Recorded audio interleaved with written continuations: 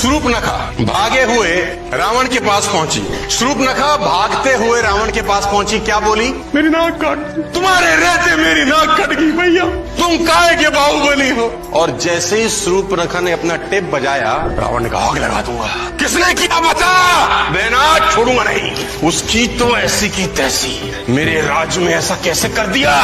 और उसने सिर्फ सिक्के का एक पहलू सुना।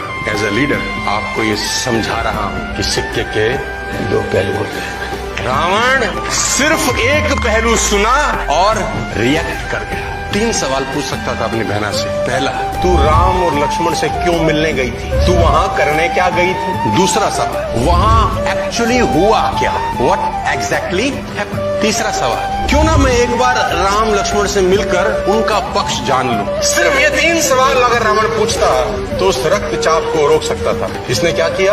आग लगा दूंगा।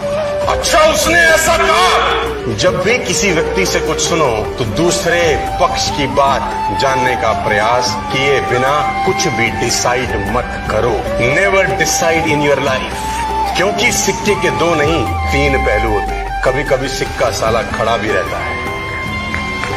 आप ये देखते होंगे कि डॉक्टर का बच्चा डॉक्टर की फैमिली में मैक्सिमम डॉक्टर हो जाते हैं। ऐसा देखा है आपने? वकील की फैमिली में बहुत सारे वकील मिल जाएंगे, इंजीनियर की फैमिली में इंजीनियर मिल जाएंगे। जिस परिवार में सरकारी नौकरी वाले बहुत सारे लोग हैं, उसमें आप पाएंगे कि बहुत सारे लोग गवर्नमेंट जॉब के अंदर मिल जाएंगे। ऐसा आपने देखा समाज में? क्यों होता है ऐसा? बिल्कुल, उस परिवार में पहले से वो वैसा माहौल बना हुआ है या नहीं? उस सेक्टर में पहले से सफल व्यक्ति उनके परिवार और घर में मौजूद हैं, जो उन्हें सही डायरेक्शन दे सकते हैं कि बेटा ऐसे नहीं ऐसे करोगे तो ज्यादा आसान तरीके से हो जाएगा। एक बिजनेसमैन के बेटे को बिजनेस करना इसलिए आसान हो जाता है क्योंकि उसके पिताजी उसको उस बिजनेस की सारी कमी और खूबियां पहले ही बता देते हैं और उनके डायरेक्शन को फॉलो करके वो आराम से किसी भी बिजनेस को चला लेता है। लेकिन एक सामान्य बच्चा जिसके परिवार में आज तक किसी ने बिजनेस नहीं किया, वो गिरेगा, उठेगा, पढ़ेगा, एक्सपीरियंस लेगा, हारेगा, तब जाके शायद अपने जीवन में सफलता प्राप्त कर पाएगा। है या नहीं है? क्या आप जानते हैं कि महाभारत के समय एक ऐसा योद्धा था जो अपने 3 बाणों से पूरे महाभारत के युद्ध को समाप्त कर सकता था?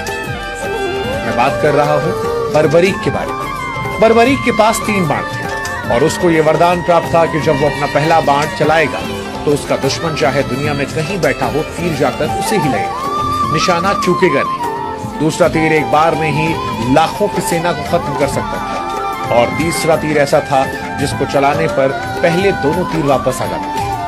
जब महाभारत का युद्ध चल रहा था तब बर्बरीक अपने 3 बाण लेकर युद्ध के मैदान में जा रहे थे।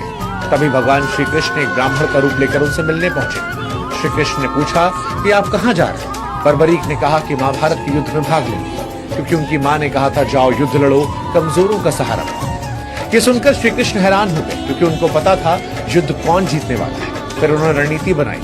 कहा यदि तुम इतने शक्तिशाली हो तो इन सारे पत्तों को अपने बाणों से एक बार छेद कर दिखाओ। बर्बरीक ने एक बाण चलाया और सभी पेड़ों के सभी पत्तों को छेदता हुआ अंततः श्री कृष्ण के चरणों में आकर रुक गया, क्योंकि श्री कृष्ण ने एक पत्ता अपने पैरों के नीचे दबा दिया। ये देखकर बर्बरीक समझ गए कि उनके सामने कोई साधारण ब्राह्मण नहीं खड़े।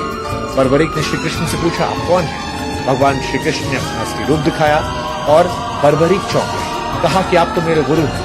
श्री कृष्ण ने कहा अगर मैं तुम्हारा गुरु हूं तो क्या गुरु दक्षिणा नहीं दोगे? बर्बरीक ने कहा बताइए प्रभु। उन्होंने कहा तुम मुझे अपनी गर्दन काट कर दे दो। बर्बरीक ने बिना किसी हिचकिचाहट के अपनी गर्दन काटकर श्री कृष्ण को दे दी। श्री कृष्ण देखकर खुश हुए और कहा अपनी इच्छा बताओ। बर्बरीक ने कहा मैं महाभारत का युद्ध देखना चाहता हूँ। श्री कृष्ण ने बर्बरीक को वरदान दिया तुम पूरा युद्ध देखोगे और जिस प्रकार तुम्हारी माता ने तुमसे कहा था कि तुम सदैव कमजोर का साथ दोगे, उसी कारण आज से तुम हारे का सहारा खाटू श्याम के नाम से जाने जाओगे।